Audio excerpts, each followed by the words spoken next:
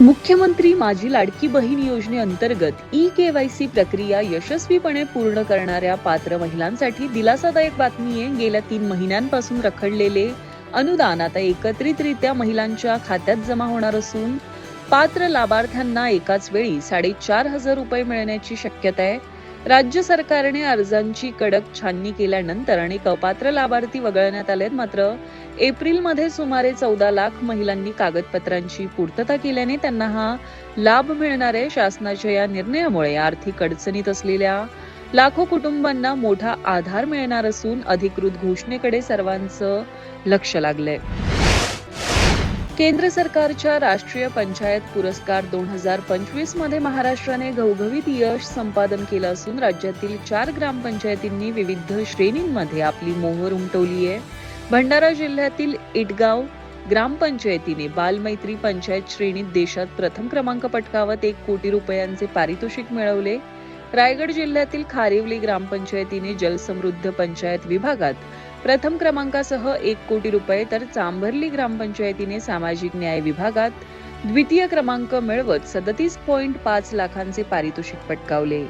नाशिकच्या निंबाळे ग्रामपंचायतीने सुशासन श्रेणीत 75 लाखांचा द्वितीय पुरस्कार मिळवला. या यशस्वी पंचायतींचा सन्मान 3 जून रोजी दिल्लीत होणार आहे.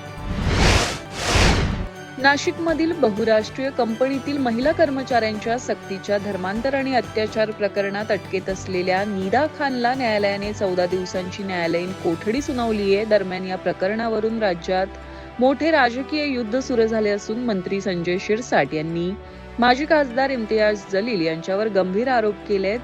निदा खान ही जलील यांची नातेवाईक असून जलील हेच या प्रकरणाचे मुख्य सूत्रधार असल्याचा दावा शिरसाट यांनी केलाय. तसेच आरोपीला आश्रय दिल्याप्रकरणी MIMचे नगरसेवक मतीन पटेल यांच्यावरही कारवाईचे संकेत मिळत असून या संपूर्ण प्रकरणाची SIT मार्फत सखोल चौकशी सुरू आहे. प्रेमासाठी देशाच्या सीमा ओलांडून भारतात येण्याचे सत्र सुरूच असून जळगावात दुसरी सीमा हैदर सापडल्याने खळबळ उडाली आहे. इंस्टाग्रामवर झालेल्या ओळखीनंतर कोणिका राणी ही 20 वर्षीय बांगलादेशी तरुणी आपल्या प्रियकराला भेटण्यासाठी वैध पासपोर्ट आणि व्हिसाशिवाय थेट जळगावात पोहोचली. शहरातील जोशीपेठ भागात ती बेकायदेशीरपणे राहत असल्याची माहिती मिळताच पोलिसांनी छापा टाकून तिला ताब्यात घेतलं. या प्रकरणी तिला आश्रय देणारा प्रियकर चिन्मय वाला याच्यावरही इमिग्रेशन कायद्याअंतर्गत गुन्हा दाखल करण्यात आला असून पोलीस अधिक तपास करतायत. पंतप्रधान नरेंद्र मोदी यांनी जनतेला केलेल्या 7 आवाहनांवरून काँग्रेस नेते राहुल गांधी यांनी तीव्र शब्दात टीका केली आहे. पंतप्रधान जनतेकडे त्याग मागत असून सोने खरेदी टाळणं, परदेश प्रवास न करणं आणि पेट्रोलचा वापर कमी करणं यांसारखे उपदेश म्हणजे त्यांच्या अपयशाचा पुरावा असल्याचं राहुल गांधी म्हणालेत. 12 वर्षात देशाला अशा टप्प्यावर आणलं आहे की आता जनतेने काय खरेदी करावं हे सरकार सांगतंय असा टोला त्यांनी लगावला. दुसरीकडे जागतिक संकट आणि परकीय चलनाची बचत करण्यासाठी हे निर्बंध आवश्यक असल्याचं पंतप्रधानांनी म्हटलं होतं. देशांतर्गत सोन्याची वाढती मागणी आणि डॉलरच्या तुलनेत 95 पर्यंत घसरलेला रुपया यामुळे भारतीय अर्थव्यवस्थेवर ताण निर्माण झालाय. चालू आर्थिक वर्षात भारताचे सोन्याचे आयात बिल 72 अब्ज डॉलरवर पोहोचल्याने परकीय चलन साठ्यावर दबाव येत असून चालू खात्यातील तूट वाढण्याची भीती व्यक्त होते. या पार्श्वभूमीवर पंतप्रधान नरेंद्र मोदी यांनी नागरिकांना किमान 1 वर्ष अनावश्यक सोने खरेदी टाळण्याचं आवाहन केलंय. सरकार प्रत्यक्ष कर वाढवण्याऐवजी लोकांच्या खरेदीच्या सवयी बदलून डॉलरची बचत करण्याचा प्रयत्न करतंय, जेणेकरून अर्थव्यवस्थेला स्थिरता मिळेल. सरकारी टेलिकॉम कंपनी BSNLने आपल्या प्रीपेड ग्राहकांसाठी 225 रुपयांचा किफायतशीर रिचार्ज प्लॅन लॉन्च केलाय. या प्लॅनमध्ये ग्राहकांना दररोज 2.5 GB डेटा, अमर्यादित कॉलिंग आणि 100 SMS ची सुविधा मिळणार आहे. 30 दिवसांच्या वैधतेनुसार या प्लॅनचा दैनंदिन खर्च केवळ 7.5 रुपये पडतो. खास करून ज्यांना व्हिडिओ स्ट्रीमिंग आणि अभ्यासासाठी जास्त इंटरनेट लागतं त्यांच्यासाठी हा प्लॅन फायदेशीर आहे. खासगी कंपन्यांच्या तुलनेत BSNL कमी किमतीत जास्त डेटा देत असून सध्या देशभरात 4G नेटवर्क विस्तारण्यावरही कंपनी भर देते. स्कोडा ऑटो इंडियाने आपली बहुप्रतीक्षित 2026 कोडियाक SUV भारतीय बाजारपेठेत लॉन्च केली असून तिची सुरुवातीची किंमत 36.99 लाख रुपये निश्चित केली आहे.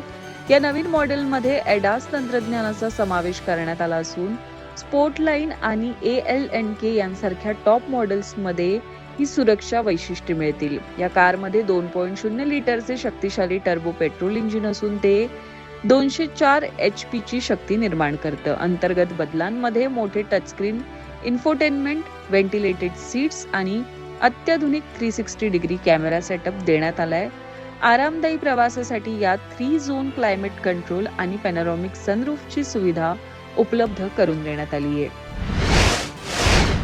मुंबई इंडियन्स IPL 2026 मधून बाहेर पडल्यानंतर कर्णधार हार्दिक पांड्या आणि फ्रँचायझीमध्ये वाद असल्याच्या चर्चांना उधाण आलंय. सोशल मीडियावरील दाव्यानुसार रविवारी रात्री हार्दिकने इंस्टाग्रामवर मुंबई इंडियन्सला अनफॉलो केलं होतं, मात्र काही वेळातच त्याने पुन्हा फॉलो बॅक केलं. धक्कादायक बाब म्हणजे हार्दिकने सूर्यकुमार यादव, तिलक वर्मा आणि माजी कर्णधार रोहित शर्मा यांना इंस्टाग्रामवर अनफॉलो केल्याचं समोर आलंय. मुंबईने या हंगामात 10व्या स्थानावर राहिल्याने आणि हार्दिकच्या या कृतीमुळे संघात फूट पडल्याचे संकेत मिळत आहेत. दरम्यान प्रशिक्षक महिला जयवर्धने यांनी संघाची कामगिरी निराशाजनक असल्याचं मान्य केलंय.